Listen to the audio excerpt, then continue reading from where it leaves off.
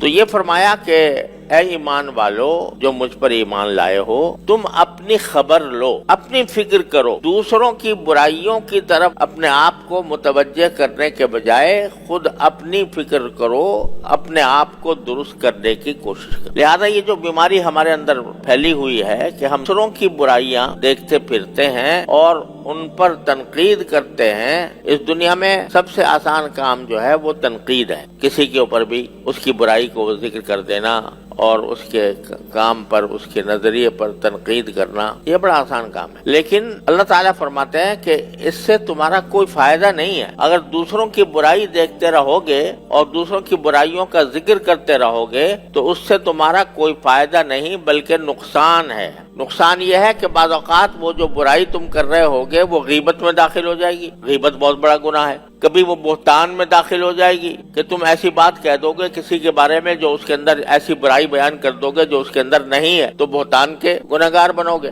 اور اگر کچھ اور نہیں تو کم سے کم وقت کا ضائع کرنا تو ہے ہی۔ کیوں؟ اس لیے کہ لا یضرکم من ضل اذا اہتدیتم، اگر تم سیدھے راستے پر ہو خود تو اگر کوئی گمراہی کے راستے پر جا رہا ہے وہ تمہیں کوئی نقصان نہیں۔ ہر ایک کا عمل اس کے اپنے ساتھ۔ اگر کوئی شخص برا ہے تم سے اس کا کوئی تعلق نہیں ہے سوائے اس کے کہ نصیحت کر دیا کرو، کبھی کبھی اس کو اللہ تعالیٰ کی طرف بلا لیا کرو۔ لیکن اس کی گمراہی کا یا اس کی غلط کاری کا انجام وہ خود بھگتے گا، وہ جانے اور اس کا اللہ جانے۔ وہ تمہیں نقصان نہیں پہنچا سکتا۔ تمہارا جو کچھ تمہارا انجام ہونا ہے وہ تمہارے اپنے عمل سے ہونا ہے۔ خود تم جس طرح کے ہوگے اسی سے متعلق تمہیں اللہ تبارک و تعالیٰ تمہارا فیصلہ فرمائیں گے۔ دوسروں کے عمل تمہارے اوپر کوئی اثر انداز نہیں ہوں گے۔ ہر ایک آدمی کا اللہ تبارک و تعالیٰ نے الگ حساب کتاب رکھا ہے، وہ جانے اور اس کا اللہ جانے۔ اسی وجہ سے کہا گیا ہے، ہمارے سارے بزرگوں کا یہ قول ہے اور یہ تعلیم ہے کہ کبھی کسی شخص کو دیکھ کر، چاہے اس کا کتنا ہی بدعمل کیوں نہ ہو، دیکھنے میں ایک آدمی شرابی ہے، کبابی ہے، فاسق ہے، فاجر ہے، تو اس کو دیکھ کر کبھی یہ نہ سمجھو کہ یہ ہم سے برا ہے اور ہم اچھے۔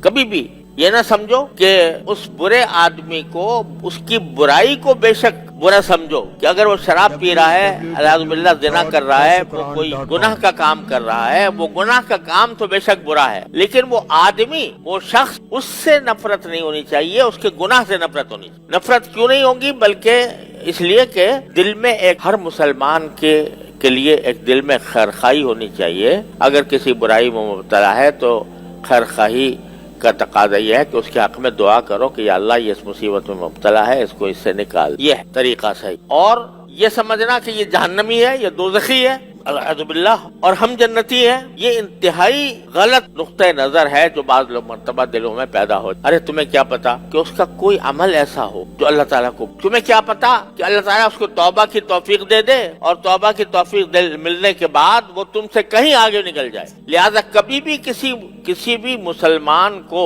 حقیر نہ سمجھ۔ اس کے اگر گناہ ہیں، اس کے کرتوت خراب ہیں، اس کے اعمال خراب ہیں، ان اعمال کو بے شک برا سمجھو، وہ اعمال خراب ہیں، اور دعا کرو کہ اللہ اسے ان کو نجات دے دے، اور یہ بھی دعا کرو کہ اللہ مجھے اس سے محفوظ رکھ۔ لیکن اس کی وجہ سے اس کی ذات سے نفرت کر کے اس کو جہنمی نہ سمجھو۔ یہ نہ کہو یہ دوزخی ہے، یہ جہنمی ہے۔ جہنم اور جنت کا فیصلہ تمہارے پاس نہیں ہے، جہنم اور جنت کا فیصلہ اللہ تعالیٰ کے۔ آپ کو واقعہ سنایا تھا کہ ایک شخص تھا کہ جو ساری زندگی گناہ میں گزری، لیکن کوئی ایک عمل اللہ تعالیٰ کو پسند آ گیا، اللہ تعالیٰ نے اس کی مغفرت کی۔ تو خدا جانے، اسی لیے حدیث میں فرمایا کہ العبرۃ بالخواتیم، اعتبار جو ہے وہ انسان کے آخری عمل کا ہو۔ مرنے سے پہلے اس کو کیا توفیق مل گئی اور مرنے سے پہلے اس کے کیس کیا حالت ہو گئی، اس پر فیصلے ہوتے ہیں اللہ تبارک و تعالیٰ کے ہاں۔ اسی لیے بزرگوں نے کہا ہے کہ ہمیشہ دعا کرنی چاہیے، اللہ ہمارا خاتمہ ایمان پر فرما، یا اللہ ہمارا خاتمہ اچھے عمل پر ہو۔ نبی کریم صلی اللہ علیہ وسلم نے یہ دعا فرمائی اور ہمیں دعا کی تلقین فرمائی، اللہم اجعل خیر عمری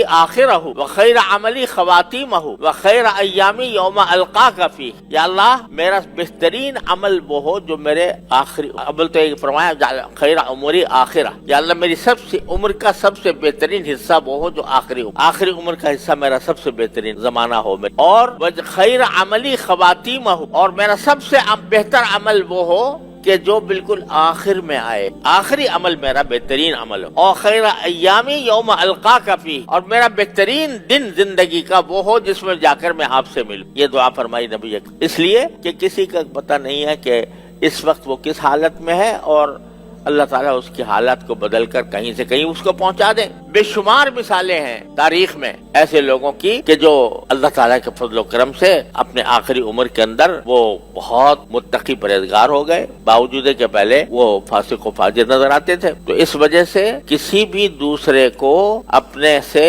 حقیر ہرگز نہ سمجھنا چاہیے. سوشل میڈیا پر سب سے قدیم اور سب سے ریلائبل برانڈ درسقرآن.com